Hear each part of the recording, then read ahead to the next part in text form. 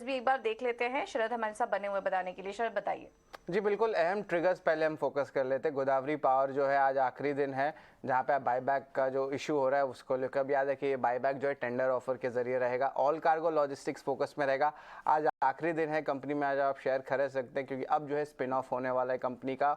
और चौथे तिमाही के रिजल्ट्स भी आज फोकस में रहेंगे जो इंक्लूड करते हैं एंजल ब्रोकिंग, जस्ट डायल और क्विकहील टेक। इसके अलावा जो है खबरों वाले शेयर्स पे फोकस करें तो टाटा मोटर्स जो है पैसेंजर व्हीकल्स की दाम बढ़ाने वाली है और ये 1 मई से होने वाला। अब याद रखिए 2023 में ये तीसरा प्राइस हाइक देखने मिलने वाला है। जे एंटरप्राइजेज फोकस में रहेंगे। यहाँ पे ओपेनहाइमर जो है वो लगभग अपनी पूरी 5.5% स्टेक से ज़्यादा की बिकवाली कर सकती है ओपन मार्केट में आज ब्लॉक डील्स के जरिए। अगर प्राइस के बारे में बात करें तो रेंज करेगी लगभग 200 रुपये से 208 रुपये प्रति शेयर पर। ये डिस्काउंट सबसे ज़्यादा तक लगभग 4% हो सकता है और ये जो ऑफर साइज है लगभग 1130 करोड़ का रहेगा। जाइडस लाइफ साइंस को यूएसएफडी अप्रूवल आ गई है कार्डियक अरेस्ट की ड्रग को लेके। टोरेंट पावर में मैनेजमेंट चेंज हुई है। ललित मलिक ने जो है स्टेप डाउन कर दिया सीएफओ के पद से। इसके अलावा एचडीएफसी बैंक में ऑफकोर्स रिजल्ट्स के तो इम्पैक्ट रहेंगे लेकिन कंपनी ने परपेचुअल डेट इंस्ट्रूमेंट्स के जरिए 50,000 करोड़ रुपए को रेज करने के लिए जो है मार्केट में अप्रूवल दे दी है, तो इसको ज़रूर फोकस रखिएगा। पीसीबीएल जो है कमर्शियल प्रोडक्शन स्टार्ट कर दिया है लगभग 63,000 मिलियन टन्स पर एनम का ग्रीनफील्ड कार्बन ब्लैक फैसिलिटी पे, तो यहाँ पे भी तेजी की आशंका है स्टॉक में।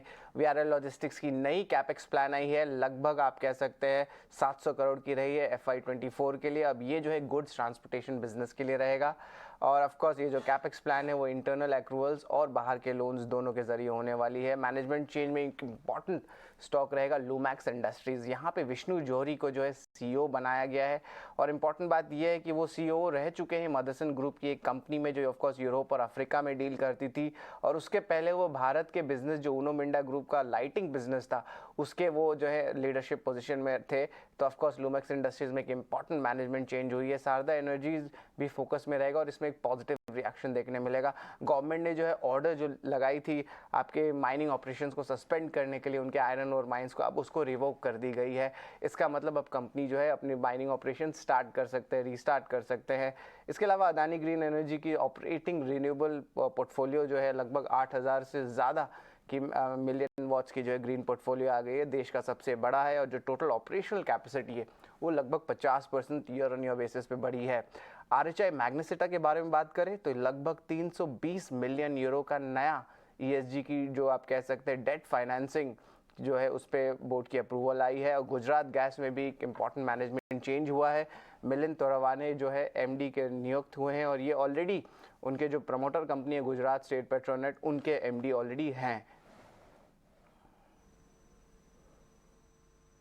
बिल्कुल, बहुत बहुत शुक्रिया शरद आपका ये सारी जानकारी देने के लिए। तो ये कुछ अहम खबरें हमने आपको बताई और उस पर किस तरह का रिएक्शन रह सकता है, उसके मायने क्या हैं, ये भी अभी आपको शरद पूरा एनालिसिस करके बता रहे थे। तो काफ़ी अहम नंबर्स आए हैं, काफ़ी कुछ खबरें आई हैं मिड कैप स्टॉक से जुड़ी, तो यहाँ पर आप नज़र रखिए। लेकिन चलिए अब वक्त हो चला है ब्रोकरेज रिपोर्ट का। वामाक्षी हमारे साथ जुड़ चुकी हैं बताने के लिए। वामाक्षी, इन्फोसिस और एचडीएफसी बैंक तो अभी हमने बात की, उसके अलावा और कौन कौन सी रिपोर्ट्स आई हैं? जी बिल्कुल, शुरुआत करते हैं हम एपीएल अपोलो ट्यूब्स के साथ। इक्विरिस का मानना है कि इंडस्ट्री ग्रोथ लेवर्स पर कंपनी काफ़ी वेल प्लेस्ड है कैपिटलाइज करने के लिए। Rapid shift value added products की तरफ कंपनी की प्रॉफिटेबिलिटी को एड करेगा, प्रॉफिटेबिलिटी अप ट्रेंड पर नजर आ सकती है और इसी के चलते इक्विरिस ने कवरेज शुरू की है लॉन्ग कॉल के साथ। लक्ष्य दिया है 1413 प्रति शेयर का। डिलीवरी अगला स्टॉक है हमारे रेडार पर। इन्वेस्टेक का मानना है कि काफ़ी कंपेलिंग कंपेटिटिव स्ट्रेंथ्स नजर आ रहे हैं और इनफैक्ट बिजनेस प्रॉफिटेबिलिटी की टूवर्ड्स बढ़ता हुआ नजर आ रहा है। इनफैक्ट वो एक्सपेक्ट कर रहे हैं कि डिलीवरी FY24 में EBITDA पॉजिटिव भी हो सकता है और इसी के चलते उन्होंने खरीदारी की राय के साथ कवरेज शुरू की है। लक्ष्य दिया है 415 प्रति शेयर का।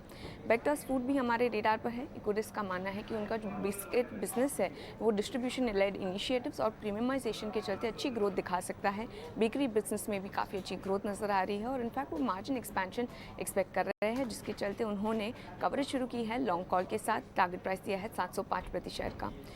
361 WAM इन्वेस्टेक के रेडार पर है। उनका मानना है कि स्ट्रॉन्ग ग्रोथ ड्राइवर्स नजर आ रहे हैं और इनफैक्ट वो कंसिस्टेंट कंपाउंडिंग भी एक्सपेक्ट कर रहे हैं ये स्टॉक के साथ। उन्हें इनका मॉडल पसंद आता है क्योंकि ये जो की रिस्क है वो मिटिगेट करता है और इनफैक्ट AUM 20%, रेवेन्यू 17% और पैट करीब 20% के कैगर से ग्रो हो सकता है FY23 से लेकर FY26 तक। और इसी के चलते खरीदारी की राय के साथ उन्होंने कवरेज शुरू की है, लक्ष्य दिया है 675 प्रति शेयर का।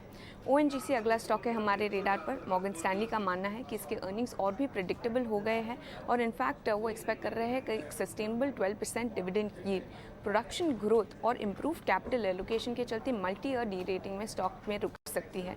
और इसी के चलते मॉर्गन स्टैनली ने ओवरवेट की राय दी है ONGC पर, लक्ष्य दिया है 218 प्रति शेयर का।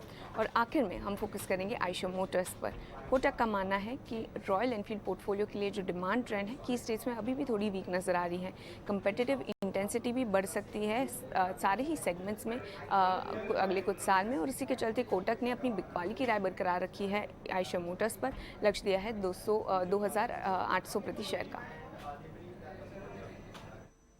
बिल्कुल। थैंक यू वामाक्षी की जानकारी के लिए। तो ये कुछ अन्य ब्रोकरेज हाउस की रिपोर्ट्स थी जो भी ये आपको एक एक करके वामाक्षी बता रही थी। कुछ ऑटो स्टॉक्स पर रिपोर्ट आई हैं और इसके अलावा कुछ फिनटेक कंपनियों पर रिपोर्ट आई हैं, तो यहाँ पर आप नज़र रखिए।